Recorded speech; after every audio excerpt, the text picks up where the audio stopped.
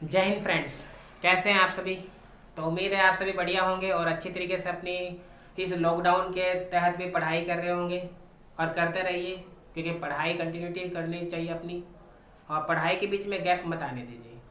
तो आज हम आपका स्वागत करते हैं एक नए लेक्चर में, जिसमें हम डिस्कस करेंगे आज पीजीटी मैथमेटिक्स से क्वेश्चन जो एचटेट में आए हुए हैं, चाहे जो आपके डीएसएसबी में आए हुए हैं, मतलब जो भी टीचिंग एग्जाम्स में आए हुए हैं क्वेश्चंस, वो सारे इंपॉर्टेंट क्वेश्चन आज हम डिस्कस करेंगे आपके साथ। तो जैसे पहला क्वेश्चन कह रहा है आपको, if A and B are positive integers, if A and B are positive integers such that a square minus b square is a prime number,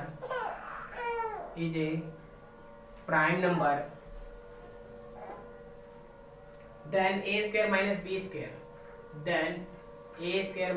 square is equal to what?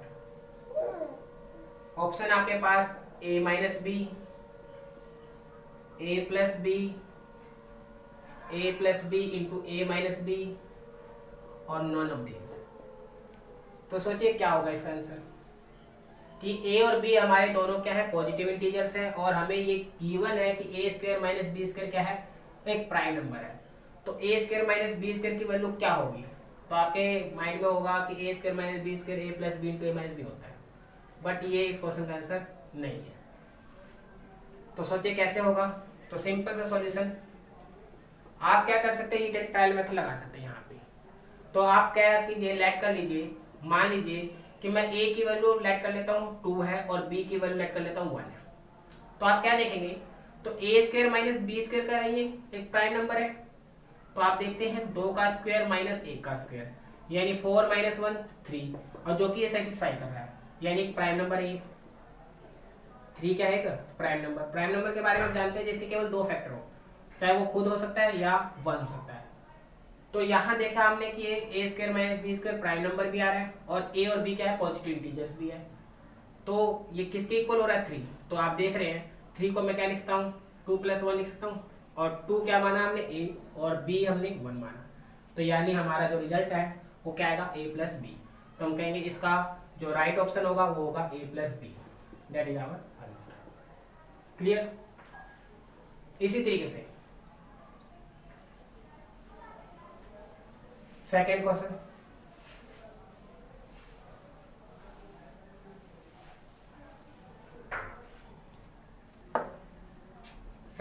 कह रहा है आपको, the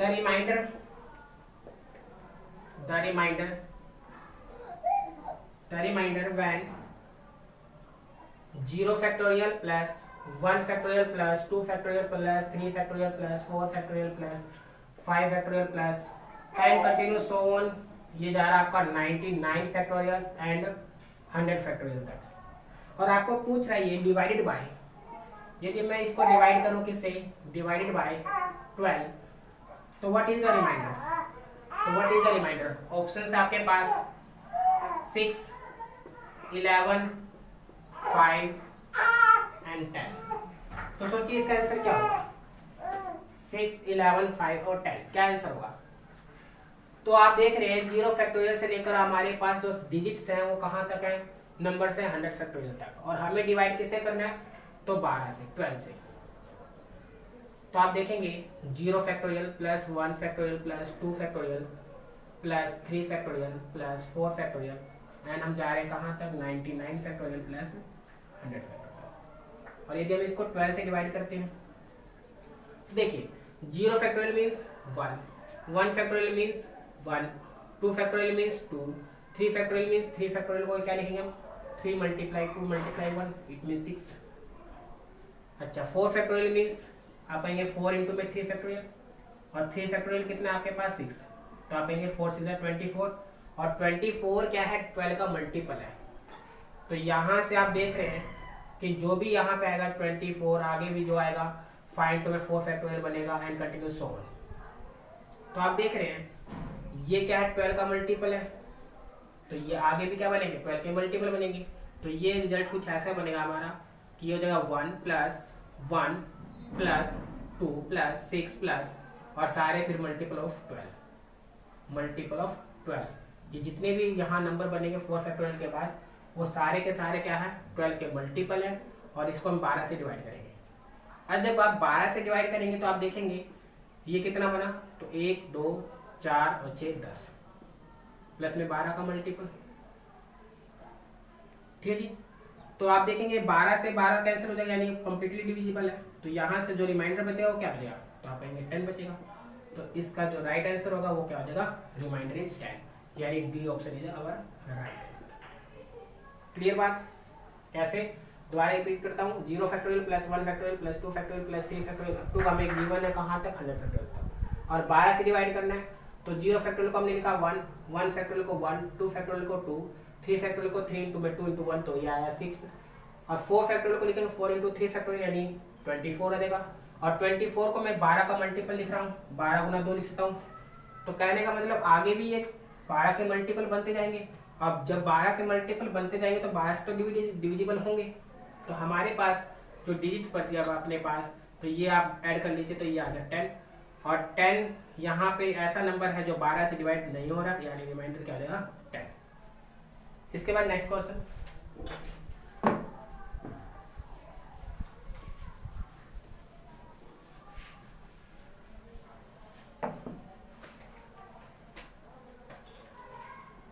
question number 3 आपको कह रहा है 3x congruence 4 mod 5।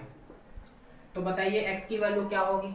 यहाँ से आपके पास ऑप्शन है 3 1 5 2, 3 1 5 2।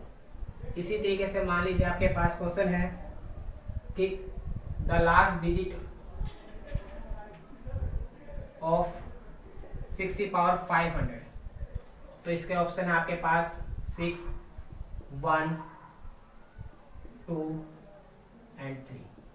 तो बताइए क्या होगा इसका आंसर। तो यहां से आप देखेंगे यदि हम इस क्वेश्चन की बात करें तो 3x कॉन्ग्रुएंस है 4 mod 5। तो हमें ऐसा नंबर यहाँ देखना पड़ेगा जिससे x की वैल्यू निकाल सके जो 3 का मल्टीपल आए। तो हमने कहा इसको सोल्व करने के लिए 3x कॉन्ग्रुएंस हमें गिवन है 4 mod 5। जो बेसिक जानते हैं वो ये बहुत ही सिंपली तरीके से समझ सकते हैं क्वेश्चन को। तो हम क्या ऐसा मल्टीपल लिखें यहाँ पे जिसे ऐड करने पे या सब्ट्रैक्ट करने पे 3 का मल्टीपल आए। तो यदि मैं 5 लिखता हूँ तो आप देखेंगे 5, यदि मैं यहाँ मल्टीपल लिखता हूँ तो आप यहाँ देख रहे हैं कि यदि मैं इसको ऐड कर दूँ by adding we get 3x congruence 4 + 5 9 mod 5, यानी ये 3 3 9, यानी x की कॉन्ग्रुएंस वैल्यू क्या है 3 mod 5। तो मैं कह सकता हूँ कि x की वैल्यू क्या आएगी 3, और 3 कौन सा ऑप्शन है, ए ऑप्शन, यानी A option is right answer. कैसे, तो हमें देखना है 3 का मल्टीपल ऐड करने पे और सब्ट्रैक्ट करने पे यहाँ है। तो हमने लिखा 5 का मल्टीपल और फिर ये वैल्यू सोल्व की 3 3 9, तो x की वैल्यू क्या आ गया आपके पास 3 आ गई। इसी तरीके से आप कह रहे हैं 6 की पावर 500। तो इसका लास्ट डिजिट यानी यूनिट डिजिट, ये आपसे लास्ट डिजिट पूछ सकता है या आपसे पूछ सकता है यूनिट डिजिट। तो आप कंसेप्ट याद रखें, जब भी आपके पास किसी भी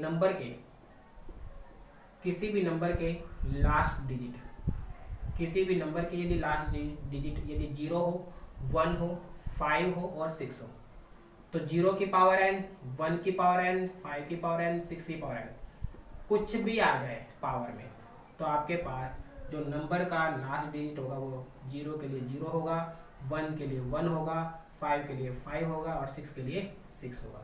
मान लीजिए मैंने कहा 5 4 6 9 8 6। अब इसकी पावर मान लीजिए आपके सामने गिवन है 456 और आपसे पूछ रहा है इसका लास्ट डिजिट क्या है रिजल्ट पे। तो आप देखिए इस नंबर का लास्ट डिजिट क्या है 6, तो 6 की पावर 4 5 6 रहते हैं। अब इसको सोल्व करें तो मैंने क्या कहा कि जब भी डिजिट नंबर क्या हो लास्ट डिजिट 0 हो 1 हो 5 हो 6 हो, तो पावर कितनी भी हो रिजल्ट क्या आएगा हमेशा सेम आएगा, यानी 0 के लिए 0, 1 के लिए 1, 5 के लिए 5, 6 के लिए 6। तो आप यहाँ देखेंगे रिजल्ट विल बी 6 होगा। तो यही काम यहाँ करिए, 6 की पावर 500 है तो लास्ट डिजिट 6 है, तो 6 की पावर एनीथिंग 6, तो हम कह देंगे कि लास्ट डिजिट क्या होगा आपका 6 होगा, यानी यूनिट डिजिट क्या होगा 6 होगा। तो यहाँ ये option is our right answer. Clear बात। इसी तरीके से मान लीजिए नेक्स्ट क्वेश्चन आपसे कह रहा है यदि फंक्शन गिवन है आपको, लेट हमें गिवन है फंक्शन f बिलोंग गिवन है such that real number to real number, हमें f गिवन है real number to real number such that defined by fx। अब इस बार fx गिवन है आपको that is root of X square minus 3x plus 2। ठीक है जी। और आपसे ऑप्शन दिए हुए इसके आंसर में आपको बताना है इसका डोमेन, आपको बताना है डोमेन फंक्शन का डोमेन क्या होगा। और यहाँ गिवन है कंडीशन आपके पास ऑप्शन है minus infinity to infinity, second is 1 to, third one is minus infinity to 1 और 2 to infinity, and last one is none of this. सोचिए क्या हो सकता है इसका आंसर।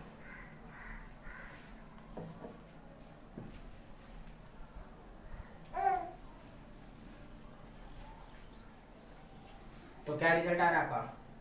तो फंक्शन हमें गिवन है x square minus 3x plus 2 और यहाँ फंक्शन कह रहा है real number to real number, यानी डोमेन भी रियल नंबर है और रेंज भी रियल नंबर है। तो हमने कहा था जब भी रूट के अंदर कोई फंक्शन आ जाए, एनी फंक्शन, कोई फंक्शन आ जाए तो function will be always positive. हमेशा क्या होना चाहिए, पॉजिटिव, यानी नॉन नेगेटिव होना चाहिए, तभी एग्जिस्ट करेगा। तो यहाँ पे हमारे पास फंक्शन है क्या, x square minus 3x plus 2, तो ये हम कहेंगे ग्रेटर देन इक्वल टू 0 होगा। अब इसके फैक्टर करें तो हम कहेंगे x square minus 2x minus x plus 2, तो ये जगह x माइनस 2 और x माइनस 1। क्लियर बात।